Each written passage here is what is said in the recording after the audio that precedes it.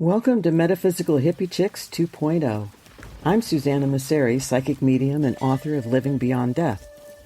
My co-hosts are psychic medium Annalisa Bastiani and ET experiencer Terry Scalia. We focus on grounded, honest conversations about consciousness, mediumship, channeling, ETs, psychology, and modern spiritual culture. Thank you for joining us. Welcome, everyone. Hello, Nicole. Hello. Hi, Terry. Hi. Hi, Annalisa. Hello. Today's episode is one we've been looking forward to because it's a conversation that isn't happening often enough in spiritual circles. Over the last decade, we have seen an explosion of podcasts, social media influencers, online teachers, and self-proclaimed gurus sharing information about spirituality, consciousness, extraterrestrials, healing, and the nature of reality. While much of it is thought-provoking and inspiring, not everyone we hear is grounded in evidence, experience, or even common sense. Today in part one, we're talking about some of the most common conspiracies and questionable beliefs that have become popular in modern spirituality. Our goal isn't to tell you what to believe or to ridicule anyone's experiences. Instead, we want to encourage curiosity, healthy skepticism, and discernment. Being spiritually open-minded doesn't mean believing in everything you hear. It also doesn't mean dismissing every controversial idea. Real discernment lives somewhere in the middle, where we're willing to ask questions, evaluate information, and change our minds when new evidence or experience points us in a different direction. We'll explore why conspiracy theories become so appealing, how social media amplifies them, where intuition fits into the picture, and how we can stay spiritually curious without losing our critical thinking skills. So get comfortable and join us as we explore the world of modern spiritual beliefs, practices, and conspiracies. All right, let's dive in. All right, so why don't we get started with frequency? Everything about frequency. Okay. The idea that illness, emotion, or life event can be explained solely by the vibration or frequency. Everything has a frequency, vibration, everything, because this is an energetic world as well as an emotional world. So everything is energy. That's number one rule, is everything is energy. So while physical properties that can be described in terms of waves or frequencies in some contexts, many broader claims made in spiritual circles are not supported by scientific evidence, which, you know, that's a fine line, because science itself is kind of a cult in itself. Crapshoot. Yeah. I mean, you know, we have the theoretical physicists, and that's just, everything is theoretical. And so we can pull science into it a little bit, and we know frequencies they're everywhere. So any of you want to take the ball and run with this? I think that science and spirituality are coming closer together in the scientific world these days. There's a long way to go still before they're completely integrated, but I think we're on our way. And especially now, I don't know, I feel like there's a lot of changes going on as far as that's concerned. And yes, everything is frequency. Everything is. However, I don't know that frequency has... I just lost my train of thought. Can we move on? We're doing real well today. Welcome to my life. Oh my God. I've seen people using frequency to explain everything. Yeah, right. Yeah. And if you're not same frequency with someone, they'll say, you know, your frequency is this and my frequency is that. And it's just like, you know. It becomes a trend. It becomes fad-like. Yeah. And then it's lost the kernel that was there. Yeah. I kind of hate anything that's all or nothing. Like, all of a sudden now everything is frequency. Yeah, I get that on one level, but the pendulum needs to mellow out a bit, because I think all of this is combined. Yeah. There isn't just one. Explain everything. But it is very important, because we wouldn't be here without it. We wouldn't be experiencing without it. You got to look at the bigger picture. That's a part of it, but there's a lot more to it than that. The one thing that kind of is my pet peeve, another pet peeve. Now, I'm a believer that we create our own reality, that we come into this life with a design. We Right. have free will, so anything can be changed at any time. But Exactly. I think starting with the movie What the Bleep Do You Know and The Secret, I think it morphed into something to be sold. Mm-hmm. Right. Mm-hmm. And it lost its true value that we create our own reality. And it's a shame because it's just money behind it, just driven by money and popularity. And people grabbed onto that. It's also called the law of attraction, which there, I believe, is a law of attraction, but it is based on every individual, on what our beliefs are, what our perceptions are, what our experiences are. That goes into the whole thing and what you attract. Because if you don't have good self-esteem, you're going to attract people that validate That. Yeah. that Your lack belief. of self-esteem within you. Yeah. You know, that's what we do. When we become healthier, we make healthier choices, and that's healthier mentally, physically, and spiritually. Then we start to attract different frequencies, different vibrations, different people that are not going to treat us badly, that corresponds to our own lack of self-esteem. It's about what we feel we deserve. And what we Yes, don't feel we exactly. deserve. And that can be subconscious. It's a very simple concept, but most people don't look at that when it comes to what you tell yourself. Your truth, when you send your truth out, you're going to get your truth back. And if your truth is, I'm not worthy, then you're going to attract back things that make you continue to feel not worthy. That's just the way it works. I'm going back to trauma now, childhood trauma. And the way that we, as children who experience trauma or difficulties in growing up, a lot of the patterns that we created to survive emotionally and physically turn into patterns as an adult, and we may not even associate the two, which is why I'm such a big believer in just going within and really exploring, getting therapy if you need it. For sure. But it's also a lot of times people use that to victim blame. Mm-hmm. Oh, yeah. And say, you created your circumstances. It's all your fault. When the concepts came out that cancer was something you brought on yourself, and this was like in the late 80s, early 90s, I remember this movement, and I was like, oh my God, you're blaming people for getting cancer. Like it's something they did to themselves. How is that helpful in any way? I mean, that may be in your life designed for you to have that kind of challenge. Absolutely. But it lacks compassion. Yeah. It's stupid. It's arrogant. Yeah, it is. Mm-hmm. It's very arrogant. I find that happens a lot with something that starts as one thing and then morphs into something, like you said, for more profit, or there's an arrogance that comes soon after, whether it's on the side pro or the side con.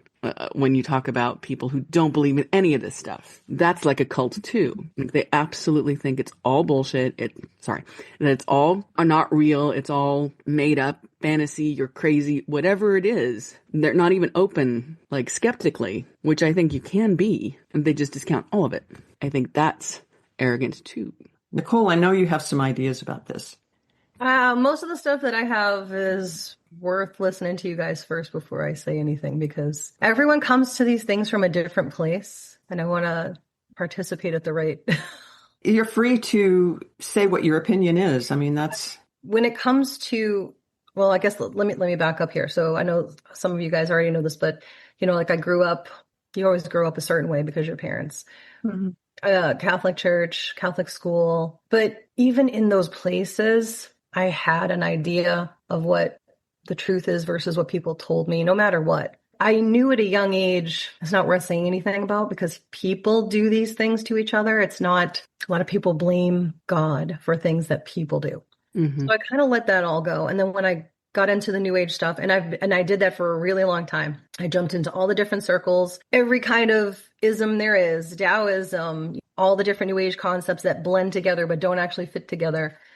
At the end of it, when I came out of it and I found myself isolated here in Florida, is when I started to finally look back on it and understand it. And the main concept that I took from all of those different things, because those are all swimming around on the internet and it's all part of the same soup. Mm-hmm. The one consistency in those systems is people want to have control.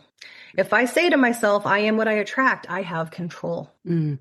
But the problem is you say that and you're making the assumption that the person coming at you and abusing you is your fault that they're abusing you, or are they just a human who's opportunist, who can recognize that you have a pattern and see, so you didn't attract anything. So it negates. The thing is you can't, in marketing, we call it the spray and pray.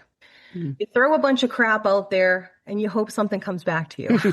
This is a different context for the same kind of thing.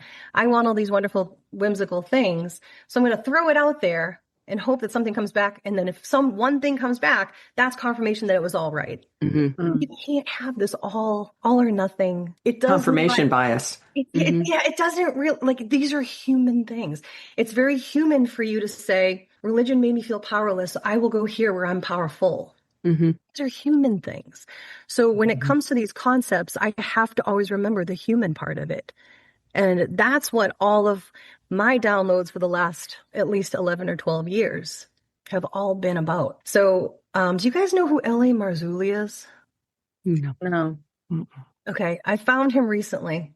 It might be worthwhile to look up. He does dabble in the UFO stuff. He's going to make some of you mad because he plays with the whole concepts of aliens and the rest of it. But he recently said something that really got my attention. He said, he did similar to what I did. He explored all these different systems. And then he came out at the end and realized that the point wasn't for him to adopt all of them. It was for him to learn about them and then come out at the end and recognize truth from propaganda of many sorts. And that's kind of where I fall. So like when you talk about frequency, the concept of itself doesn't even catch me because it's been abused. Exactly. Like, if you're going to sit there and talk about frequency, you're going to negate everyone else who experiences the world in a different way. Yeah. It's like saying everything is mathematics. And there are several very good creators where they go, oh, look at this. You can see code if you take DMT and look at this little laser beam. It negates everybody else's experience. And what I've learned from my people is that life is about an experience. It isn't about defining it in one perspective. So when you get these people that dump it in the frequency bucket, now you're an idiot because you do something completely different or you see things different. And they don't want you in their group because you have to agree with them. It becomes the same thing as everything else we all hate. Right. Right. It's true. Right. So I always look at it from human versus spirit because, from being a medium, you guys all know this. None of this exists there. Nobody talks about it. They don't argue about it. You've been a medium for 30 years? Have you ever heard them come through and preach some crap about, never. Well, once I got here, I decided that everyone was right about frequency. Like it's so human for us to be in that place. It is. It is. And I think you've articulated extremely well a large portion of what this is. And I think what we are trying to get across also is that everything is based on our personal experiences. And mine is going to be different than yours. Yours is going to be different than Annalisa's, everything. We have over 8 billion people on this planet, and everyone has their own reality. Everyone has their own way of thinking. Everyone has their own way of feeling. Everyone has their own way of interpreting knowledge. Just the basic car accident theory. 5 people say the same car accident, and their descriptions of it are 5 completely different ways. I talked to you about this, Susie, but do you guys know about the NPC thing, the video game universe theory where people are NPCs? I don't know what that characters. Non-playing characters, so like background. Yes. Characters. So like in a video game, there's a construct. They're basically taking gaming concepts and applying them to the world and saying, spiritual. My main player is ascended and worldly and all the wonderful things. But then the ones that walk by so that you can have like a landscape or like a scenescape of some kind they have no consciousness. And that's been brought into a lot of the spiritual stuff. They're like, I can't stand being around all these NPCs. And I'm like, the fatigue. Please. It's hysterical. No one's conscious but you. That's how we're doing this today. Only one. You're the only Are one. we all muggles? Yes. I don't know, but I see a lot of people with big numbers saying stuff like that. I know. So I know. wild. Such a delusion going on too. Like it's like this group, they find each other and they're so like into what one person is saying that they create this group, this clique, and now everyone is for this person and what this person has to bring. And quite honestly, I mean, no shade, but they seem schizophrenic. Like a couple of people that I watch literally to me seem like they may have schizophrenia, but are very high functioning and have convinced a lot of these people that they have the answer. And it's frightening. It is. Nicole, we've talked about the younger people that are on, and I went through the 60s, 70s. You guys did. I don't know where you fall into that, Nicole. I was born in 75. Okay. I'm not ignorant of the way you're a baby before me. That's the year I graduated high school. But I know personally I have witnessed everything from the 60s on up until today, and things have changed so much. I don't know. Some of the things that were created when I was a young adult have morphed into something really different. And people take the same ideas and put a new name on it and then make it sound like it's brand new. And, oh, I'm so special because I came up with this. And yeah, people need to belong. And I just think that the younger people, as much as I put so much faith in them and for our future, that in the spiritual realm, it's gone way, way off track, way off track. People are going to hate me for this. That's what makes it a great conversation. Here we go. Is light language. Oh, yeah. Oh, listen, I'm the one that called you and I was like, Susie, you need to see this. Please tell me what you think. I want it to be real. And it's just, wow. Well, you know what? It is real to the people who are doing it. Everything is real to everybody that's doing whatever they're doing. Yeah. It is real to unless them. it's just to get clicks and likes, and then it's just a show. And then it's just a show. Exactly. That's the discernment piece of it. Exactly.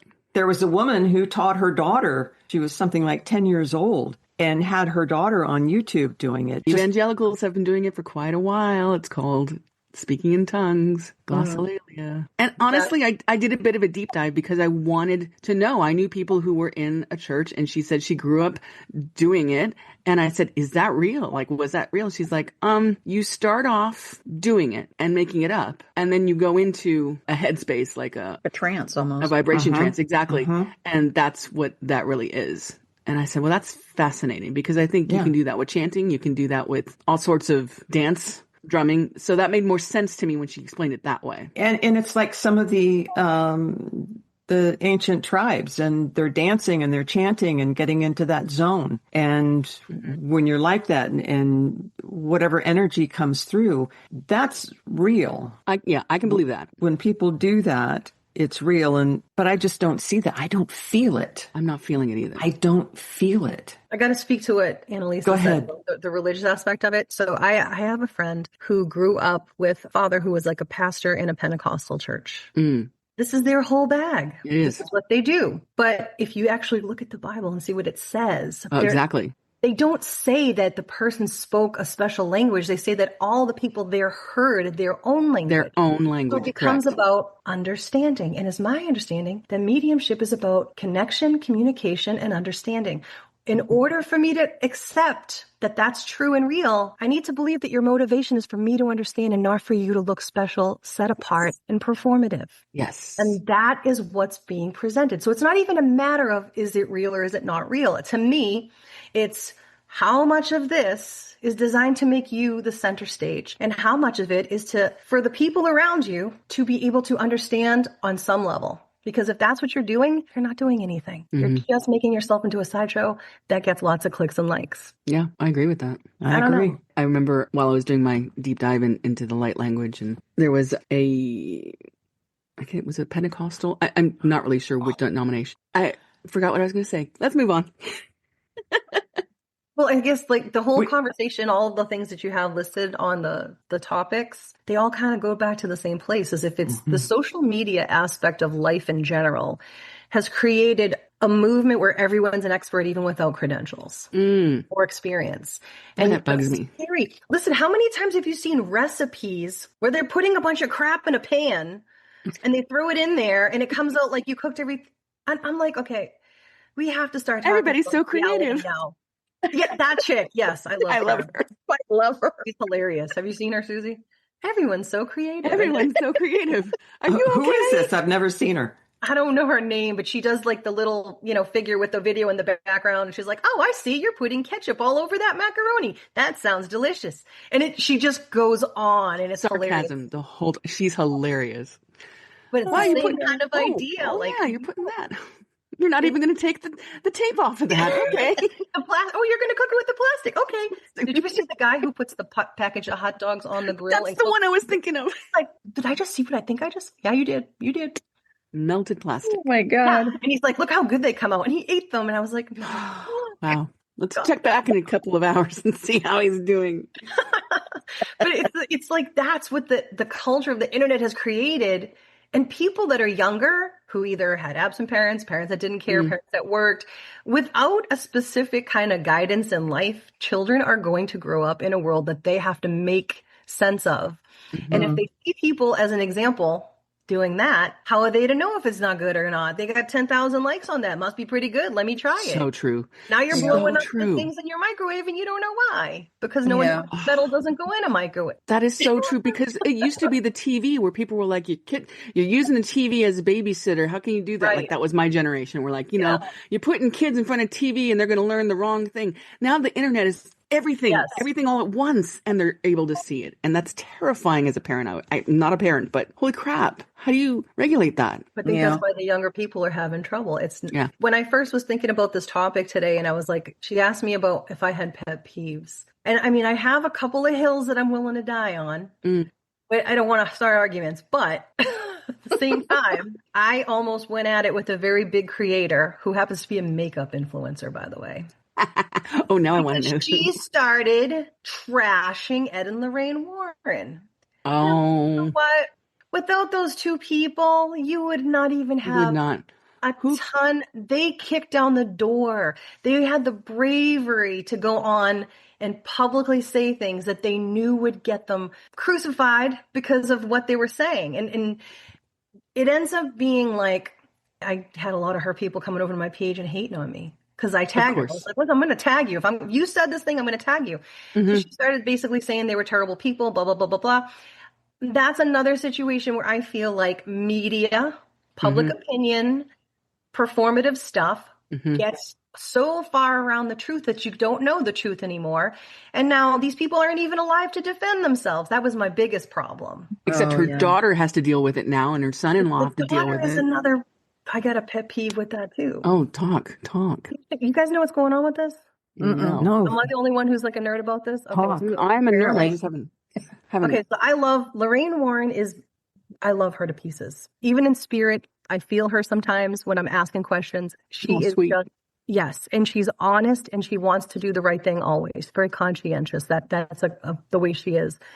When I see people taking what they created and ruining it, it makes me nuts. Their home, which became the Warren Museum. Yes. Oh, I do know this. Oh, I remember that. It was meant to be a museum. Yeah.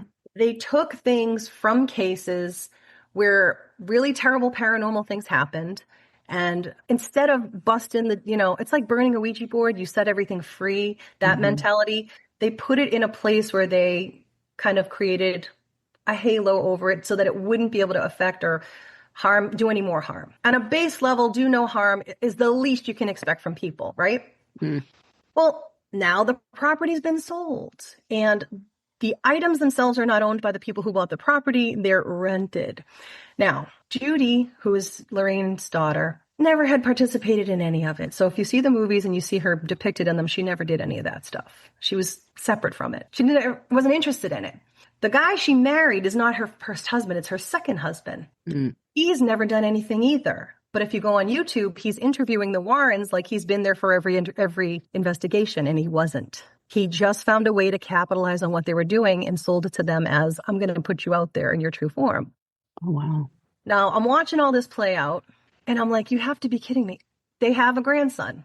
Judy had a son with her first husband. His name's Chris McKinnell. He is now trying to step forward to reclaim that legacy of his grandparents. Because everything was bought and sold. This is your pet peeve too, Susie. Everything was meant for making money. They sold the rights to everything. When Lorraine started to get older and she started to get a little bit more like symptoms of dementia, they took over. And it's all in the name of the almighty dollar. There's even a cameo of Judy and Tony Spera in the last Conjuring movie. They're just in it because they needed to be, look at us, we're in a movie. Wow. To me, that is desecration of everything that those people stood for. All they wanted to do was help people. Hi, I don't know what's going on. I'm having nightmares. My daughter's getting thrown across the floor. Whatever, even if you don't believe it. They just wanted to go over there and make them feel better. If there wasn't anything there, they would tell them. So they took all this really good pioneering spiritual work and they turned it into a circus. And now that property's been sold. So I did what I do because I'm a medium too. I was like, Lorraine, I want to know what's going on here. This is wrong. I know this is wrong. And very clearly, now this is before I looked into all of it and got super nosy. She said to me, Tony was never involved in any of that. He's never seen any of this. He only knows about it from hearsay. She said he talks about it, but he wasn't there for it. So he doesn't understand. Because I said, how can you let him do this? How can there be nothing happening where he's allowed to do this? And she said, he doesn't realize that what he's doing is a corruption of our work because he wasn't present for any of those cases. And it's not that he doesn't believe us, it's that he doesn't understand it from that perspective. I'm like, even in spirit, she's sticking up for the guy who's selling her down the river. So there's all of this people that kicked open doors and allowed us to have the freedoms that we have to say some of these things without being called crazy. And even people in your family are going to do stuff like that and take your work and twist it around. Yeah. So I like that kind of stuff. That's my big pet peeve is like, I see people that had integrity, that worked within the confines of trying to be a good person, and people are trashing them, stealing their work, making money off their work. Annabelle is on tour. Hello. Oh my God. Somebody dies while holding Annabelle. Jesus God. And they're putting, this is why this is so bad. They're taking other Raggedy Ann dolls, putting them around the real Annabelle in the space that she's in. And you can now buy those dolls as having. Oh, for God's sake. And Like putting crystals next to other crystals. I mean, a piece will break off, you know? It's crazy. Weird. And why are people buying it? Because they can talk about it. People listen when they talk. It's a big conversation piece. They can get clicks and likes. Look, they're even selling alcohol. I can't think of the name of it. It's got some kind of weird demonic name because that's the gimmick. And they're selling that. Oh, this was in Annabelle's case. You want to buy it? Like, wow. If it's not real, then why are they making so much money? Exactly. Why are you selling it? So, I have a question for you. Oh, can I interrupt just for a moment? Sure. For people who don't know who Ed and Lorraine Warren were, they were American paranormal investigators and authors known for their work in the field of hauntings. They founded the New England Society for Psychic Research in 1952 and claimed to have investigated over 10,000 cases during their careers, including the famous Amityville haunting. All right, go ahead, Annalisa. My question is, what is your opinion on how the majority of the stuff that has either been presented or written about from them is that she would find demons in every case? I don't think that's true.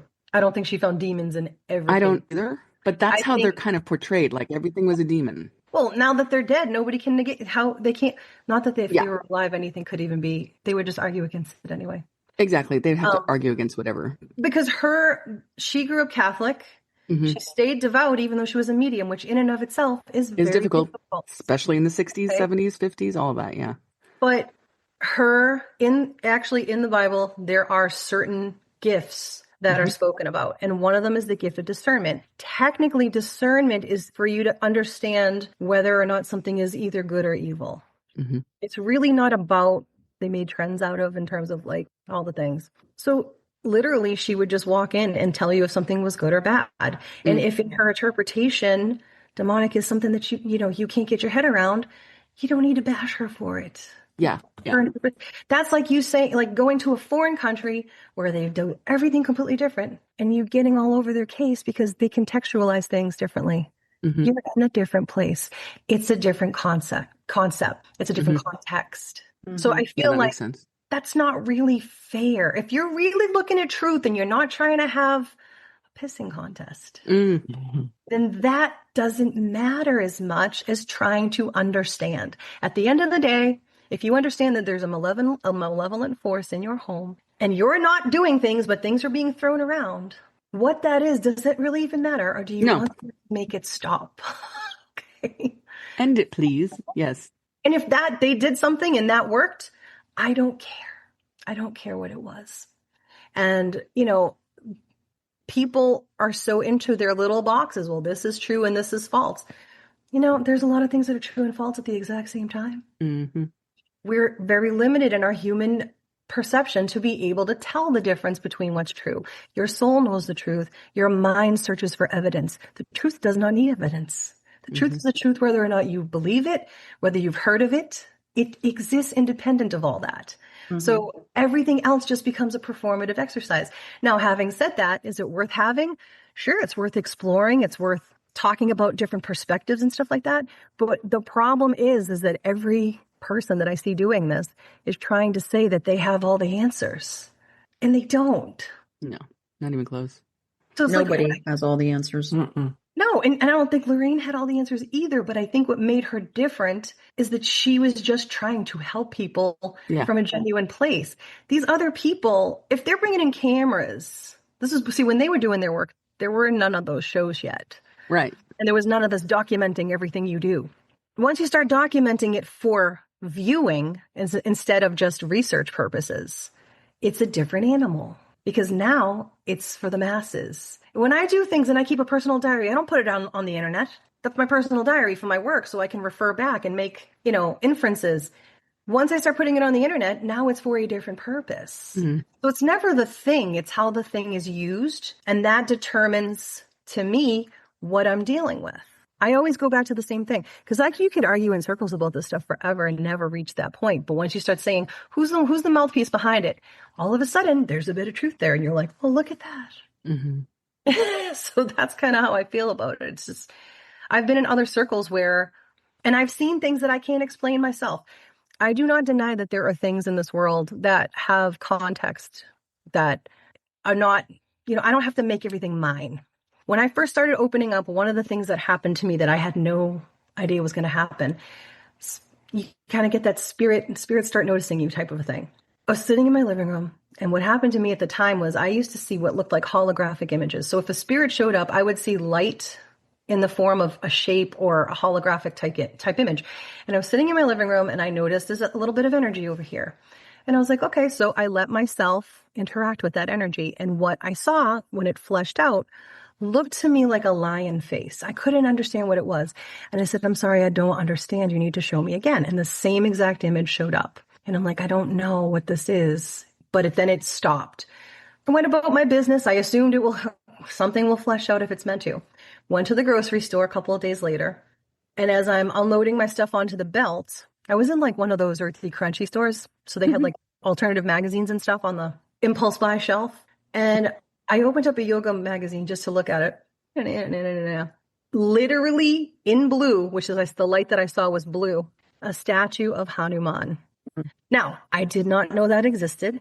It's not my culture. Do I deny that energy showed up? No. No, but I'm not going to try to make it a Catholic thing because I'm Catholic. Right. Well, it must have been the Virgin Mary, but she decided to show up as a lion. I don't know. Let things be what they are. That showed up for a reason. Exactly. I don't know what it is.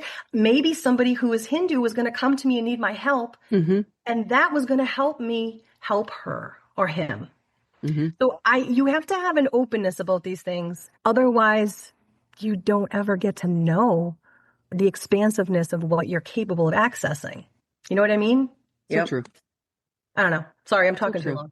No, you're fine. no. I love it. You say everything that, at least me, I wish I could articulate in that way. I think you're very good at articulating stuff that I think of and can't necessarily get to the center of. Yeah, I agree. I spend a lot of time alone. I know that one. Yeah, I don't know. What do you guys want to go from there? Well, how about the predictions? Claims that humanity is about to shift into the fifth dimension on a specific date. Predictions of an imminent global consciousness shift that repeatedly fail to occur on schedule. The date always changes. Yes. Oh, okay.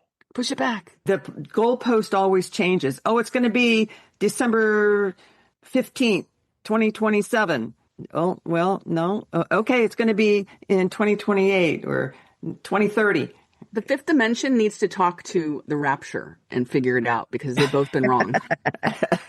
It's like the old preachers who would predict the end of the world. Mm-hmm. And they would say, let's pray this away. And the date that he predicted would come and go.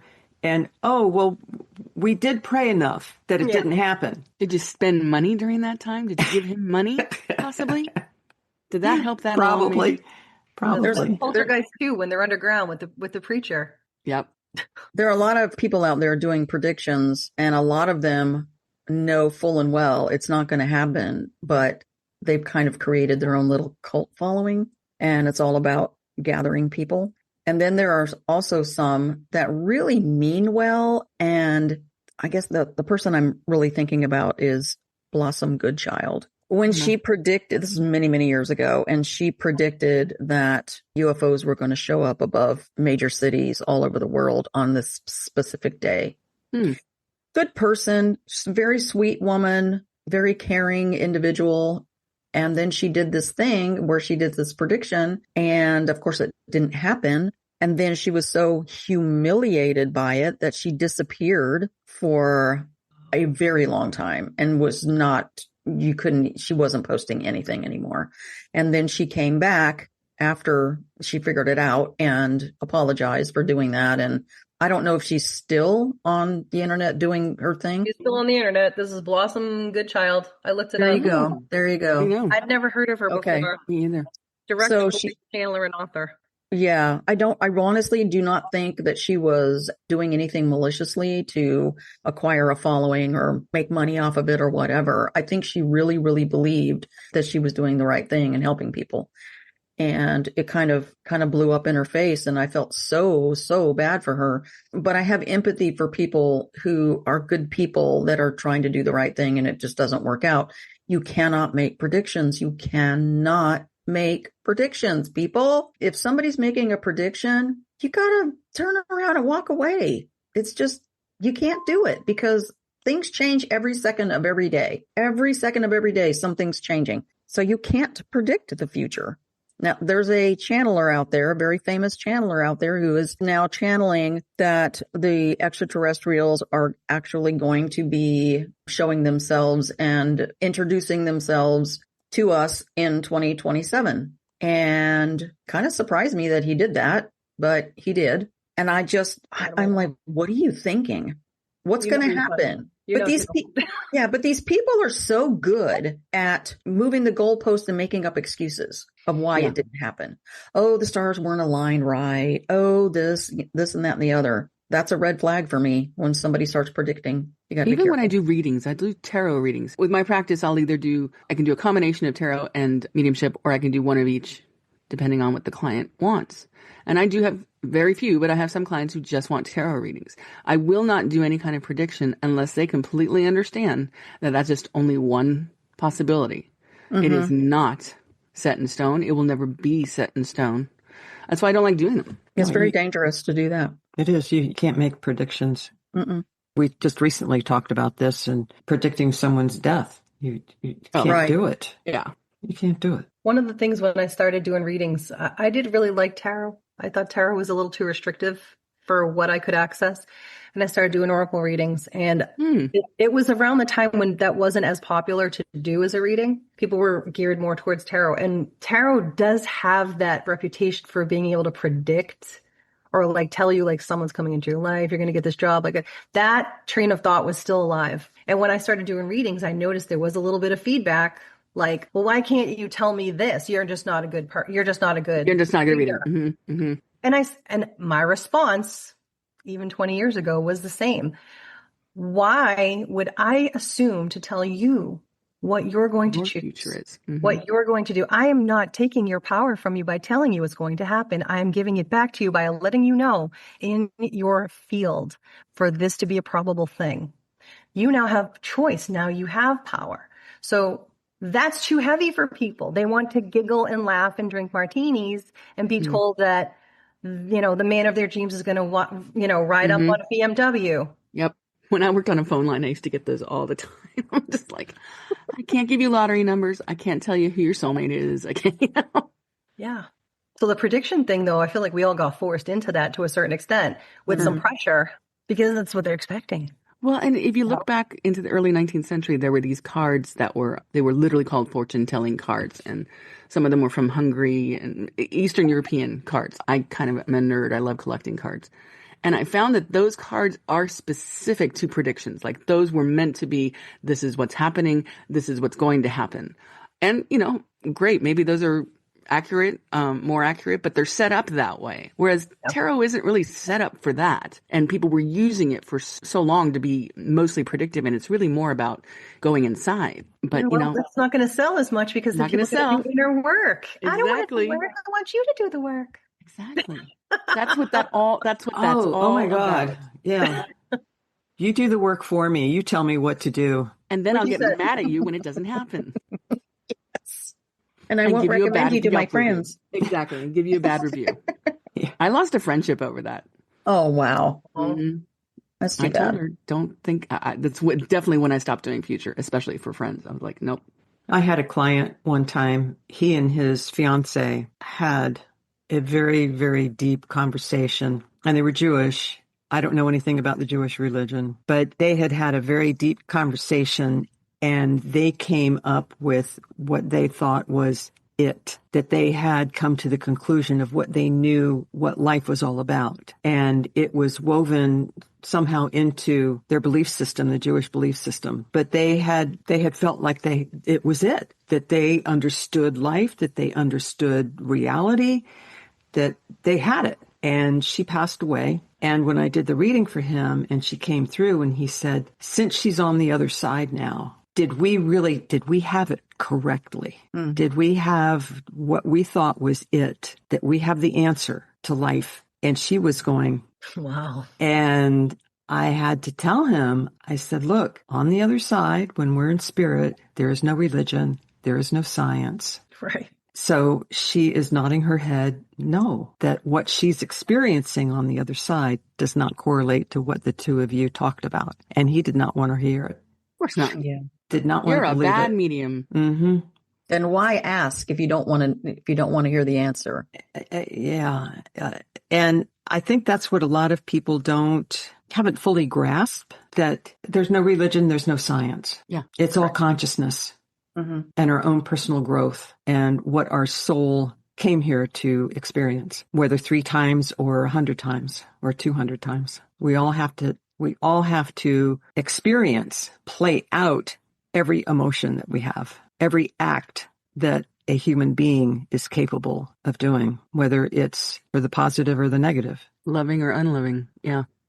Compassion or no compassion. They do tell me on the other side, though, that you can emulate whatever you want. Like if you liked a hot dog, you can have a hot dog. If you, absolutely. Wanted to live in a mansion, you could live in a mansion. I mean, they do have fun over there. It's not just boring. I know. You can create whatever you want to. You can create whatever space you want to be in. But then people don't realize that you're not always human. And then that looks completely different and you don't know how to deal with that.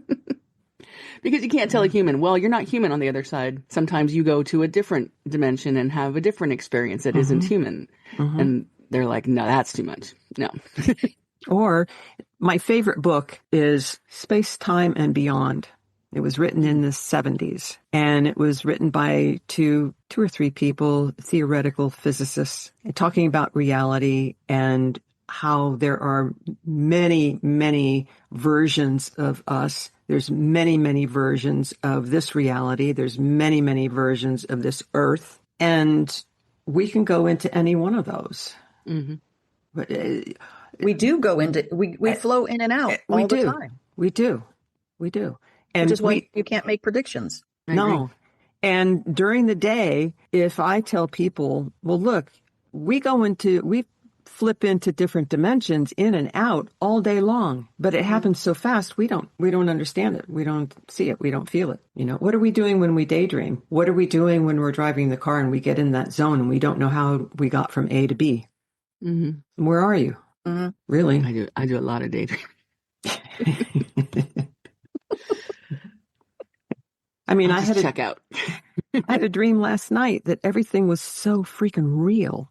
Oh, this is weird. I have no idea what this means. But the end of the dream, and I had left a group of people that I thought were, you know how family can be a little Fucked up. Oh, sorry. Did I just say that? That's okay. Dysfunctional. Just don't let it. No, I think I'll keep that in. I like it. Can be dysfunctional. And I left that group of people thinking, oh my God, just stay away. I need to get away. And then all of a sudden I was with one of the sisters in the TV series Charmed. Mm-hmm. She was the one that basically was in charge of the house. I can't remember her. No, not Prue. Not Prue. The other one, the one who could stop stuff, freeze things.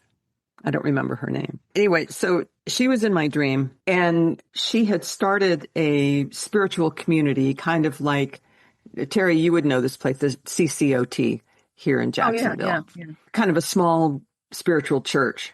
And she was talking to me about things, and it just wasn't jiving. And I said, look, I'll be really honest with you. And because she really wanted me to stay. And I said, I have to be honest with you. This isn't my kind of spirituality. And it's too limiting. And so I left. And I have no idea what I referred to or what that was all about. But it was as real as you guys are with me right now. Those mean travel to me. When I have a dream that's that real, that usually means I've traveled somewhere or I'm having a visit. Yeah. And when I dream of actors, that is representative of my own creativity. Right. For me too. It doesn't mean I'm going to have lunch with Tom Hiddleston, which really bums me out. But yeah.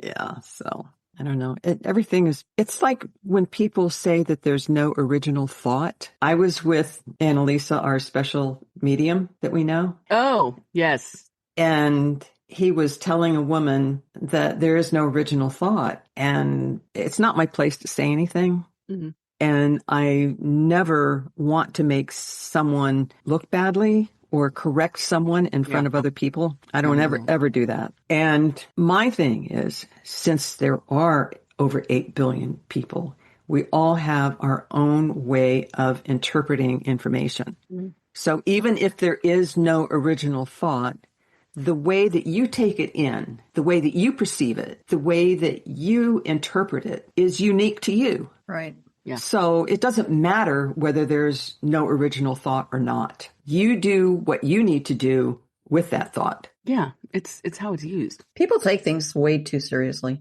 Well, and then people try and inject everything with fear so that you'll move on it. Yeah. I just had that conversation with someone on the phone before I came on here. Like every video that starts off with, they're not telling you the truth. Uh-huh. Mm-hmm. You've been lied to. Listen, original sin, baby.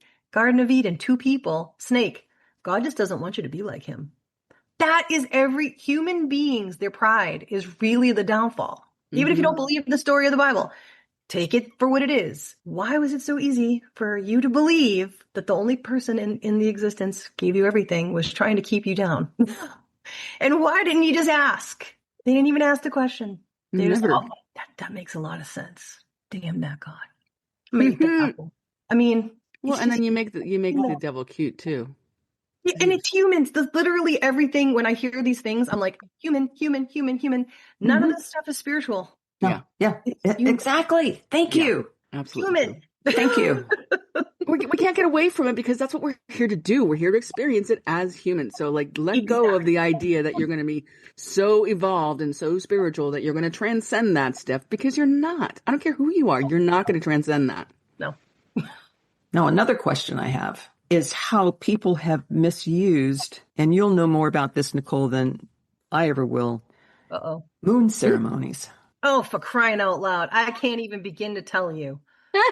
Okay, so I almost got in a fight with the local here about this. Yeah, I like to, listen, I'm Italian. I say things. There are like 1 million people online who don't know anything about astrology, but we're all smart enough to look up and see that the moon has phases. Like, you don't have to be that smart. Mm-hmm. And I mean, I moved in and out of, I'm Italian. There is a little bit of witch in me. That's an aspect of what I've went through for my learning as well from the woman who's the high priestess of the church that I'm a minister in. And the moon they're using these ceremonies as a way to get people that a hair above what someone else knows, or it sounds like you do, and now you're an expert. Mm-hmm. So they're doing these full moon ceremonies. And I'm sorry, I'm going to say this. I don't care who disagrees with me. You can disagree all the hell you want. When people were coming to me when I was still kind of actively doing readings at a shop down here, there was a lot of people coming to me and saying like the similar stories. I don't know what's going on. I lost my job. I'm losing my friends. I'm losing. I'm seeing a lot of this loss. And I'm like, there's something going on here. And I would find out, like, what do you do? Well, I do these ceremonies that you don't know shit about. You don't know anything about them. You don't know what you're doing.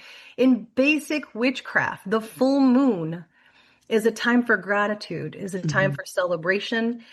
It is the fullness of that energy, which is why they call it the full moon, and it's all illuminated.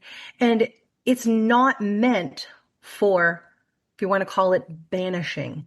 But there are 10,000 aesthetic witches. I can wear the clothes. I look really pretty. I got lots of jewelry. I got lots of crystals. So you should believe me. And they're doing these moon ceremonies where people are trying to remove things from their lives during the full moon. And they don't know why all this stuff is happening. And I'm like, listen, that's a magnification. And that's supposed to be used. That energy is to be used for appreciation, gratitude, not fake gratitude for something you want to happen.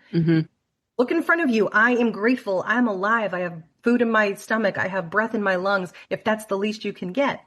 So they're doing these stupid things where they don't even understand because the energies are real. There are real cycles that people work within to magnify what they're trying to do. There is science to it as well. It's not just a spiritual concept, but they're doing these things that they don't understand. And I'm like, what you also don't understand is that you're not in charge of everything. When you open up to a higher power, which you will never understand fully in human form, and you ask for things to be removed, I just want my life to be easier. Please remove all the obstacles. Maybe your best friend was an obstacle, and you don't know. Maybe that girl was doing some things behind your back and talking smack, so you weren't able to get into some of these other places you wanted to get into. You can't be this all-knowing being that they want you to be in these ceremonies. And basic rule of thumb, waning moon is for moving energy out. Waxing moon is for bringing energy in, and the full moon is only for celebration and gratitude. It is in presence. It's not meant for you to do all these things. And that is so 101. And I'm like, people really don't understand. I had a class I used to have a meetup group. This guy came to my class. He was the only guy. You guys know what I'm going to say, right? He's like, oh, a whole bunch of women who are into spiritual stuff. I'm going to show up to this meetup. And then mansplain everything. Girl, listen to what he said. The first thing out of his mouth when we did the whole introduction around the room, well, I actually have my own meetup and we do tantric. Oh my God. God, give me a break. So I was already like throwing up in my mouth a little bit. Yeah. But as we started to talk about stuff, it was actually, the theme was empaths. And it started to go in the direction I thought it was going to go in with someone who'd watched every YouTube video and wanted to be the star student. But for some reason in the middle of it, he's like, I got to ask you a question, because he started to pick up what I was putting down. And he goes, I've done these ceremonies where I write something on like a bay leaf, let's say, throw it in the fire to release it. Do you think that works? So has it worked for you? Nope. I said, when you don't like something, so you just write it on a thing and throw it in the fire and you think that your life will change? You don't even want to get into why you shouldn't burn bay leaves. Because I don't know why. Because bay laurel, why does this Julius Caesar wear a bay laurel crown? It's a symbol of victory. It's a symbol of abundance. You're burning your enemy on your abundance symbol. What are you doing? And it's fine. You want to think that if you decide that a bay leaf is for this, then it is. If it's all you have. Decide I'm a cat and I'm not. So you got to start thinking about these things from the basis of the energy you're working with. And I would never burn bay leaves unless I was doing it in something that was supposed to be celebratory or bringing in abundance. And it would be in a ceremonial way, not in a like, let me just torch this thing. Like I might put it on a piece of charcoal with another piece of resin or something like that. And then there would be a prayer or something involved. Intention. Yes. You don't just But see, everyone wants the CVS version of witchcraft and mediumship. I love What do you that. think you're going to get? You want to pay 99 cents for foundation instead of 45, and you don't know why you have pimples, and you don't know what do you think you're getting? I don't understand. Authenticity. Everyone talks about authenticity, but then they buy the crap version of something that's fake. And they're like, look at this. Isn't it awesome? Are you a liar or just dumb? I don't understand. I don't know Help me which. understand the difference. And that's just my human talking. My spirit doesn't talk like that's my human. When I tell you spiritual stuff, it sounds different.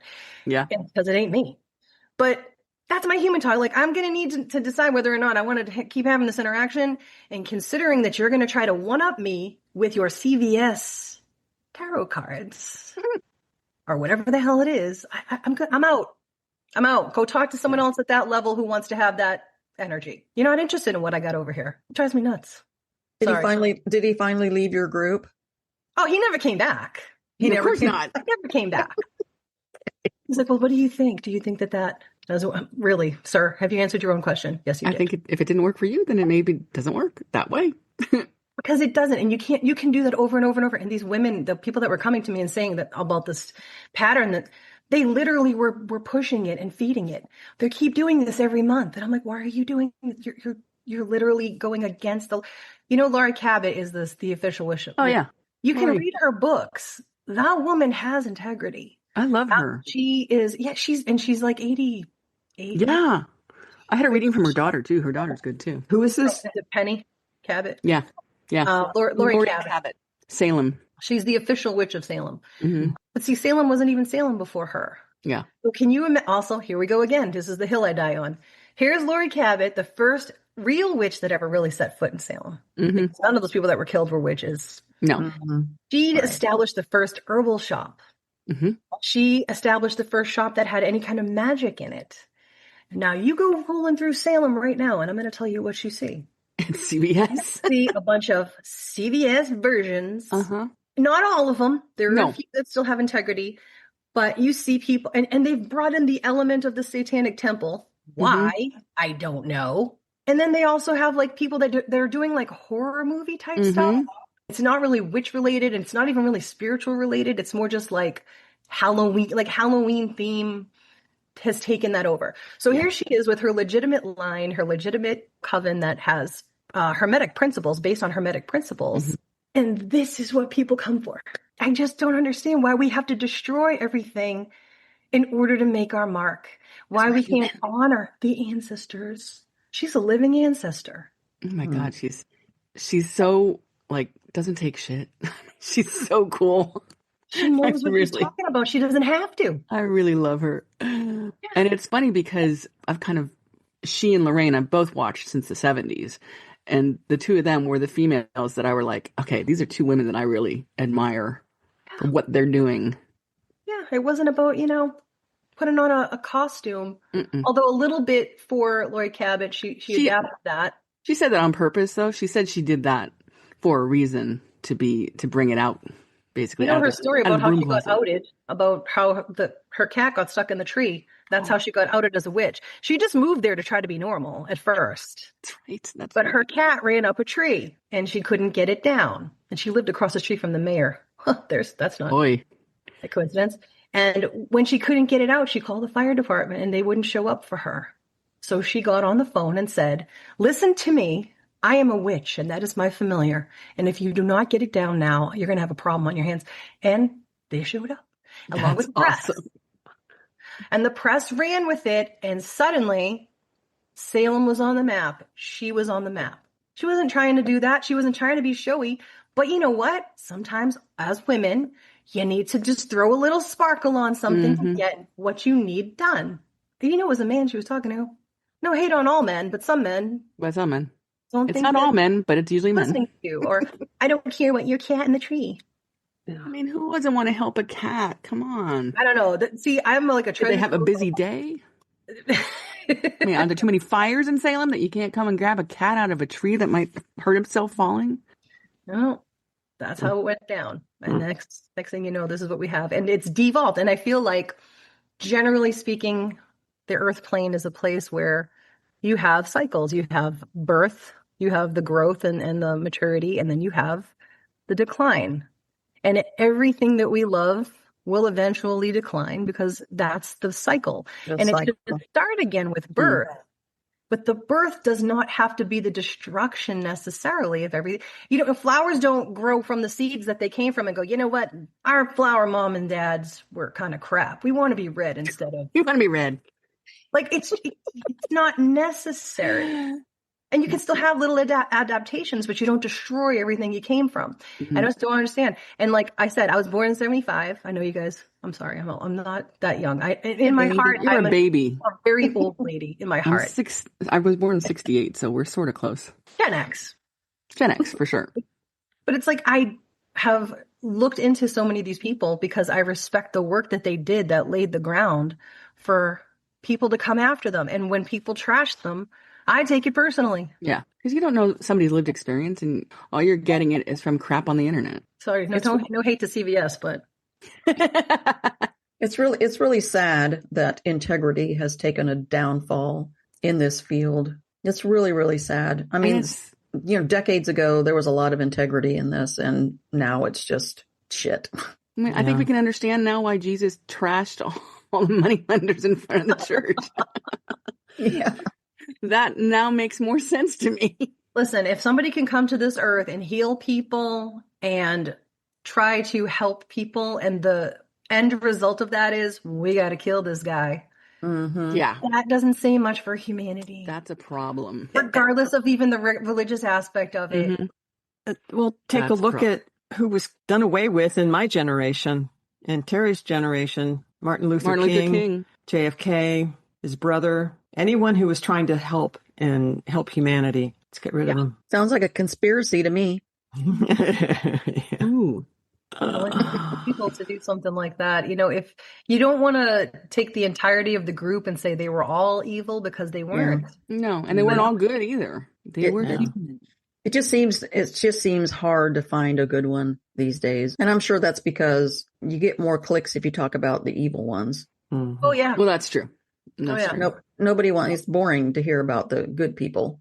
I have new age fatigue where I just want to find someone who has it all, and I can go, you're the one I'm going to follow because that makes all the sense. And this doesn't exist. There isn't that one belief system or that one person. No, my TikToks are full of really valid information that comes through that I give people, but the ones that have like 40,000 views are the ones where I told people I had a dream about how technology was going to destroy us. See? There you go. It's not wrong. Wow. It's just a different way that it's going to, and I had more than one dream where was shown variations on that.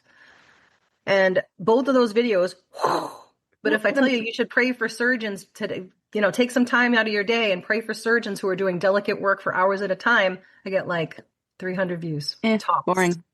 Boring. Yeah. It's so sad. Wild. It's wild. All right. We are running out of time. Oh. Nicole, how can people get in touch with you? You can find me on Facebook and Instagram and TikTok under Confessions of a Spirit Messenger. Okay. We have a lot more to talk about. So you guys want to do this again? Yes, love to. Yes, please. Okay. All right. Nicole, you want to come great. again? Want to come again? Sure, why not? We like having you. You are fun.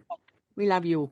All right. Thank you so much for spending time with us today. If you enjoyed today's discussion, please consider following, subscribing, getting notifications, and sharing this episode with someone who enjoys thoughtful conversations about spirituality, consciousness, and the mysteries of life. Stay curious, stay kind, and keep asking questions. We love you, we appreciate you, and we will see you next time.